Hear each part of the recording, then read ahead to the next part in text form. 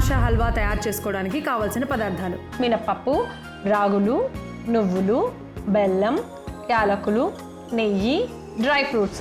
రాగి మహాశా హల్వా తయారు చేసుకునే విధానం: ముందుగా స్టవ్ వెలిగించి ప్యాన్ పెట్టుకొని 1 చెంచా నెయ్యి వేసి, నెయ్యి కరిగాక డ్రై ఫ్రూట్స్ వేసి వేగించి తీసి పక్కన పెట్టుకోవాలి. అదే ప్యాన్ లో 1 కప్పు నల్ల మినువులు, 1 కప్పు రాగులు, 1 కప్పు నువ్వులు వేసి చక్కగా వేగించుకొని స్టవ్ ఆఫ్ చేసి మిశ్రమం చల్లారాక మిక్సీ జార్లో తీసుకొని మెత్తగా గ్రైండ్ చేసుకోవాలి.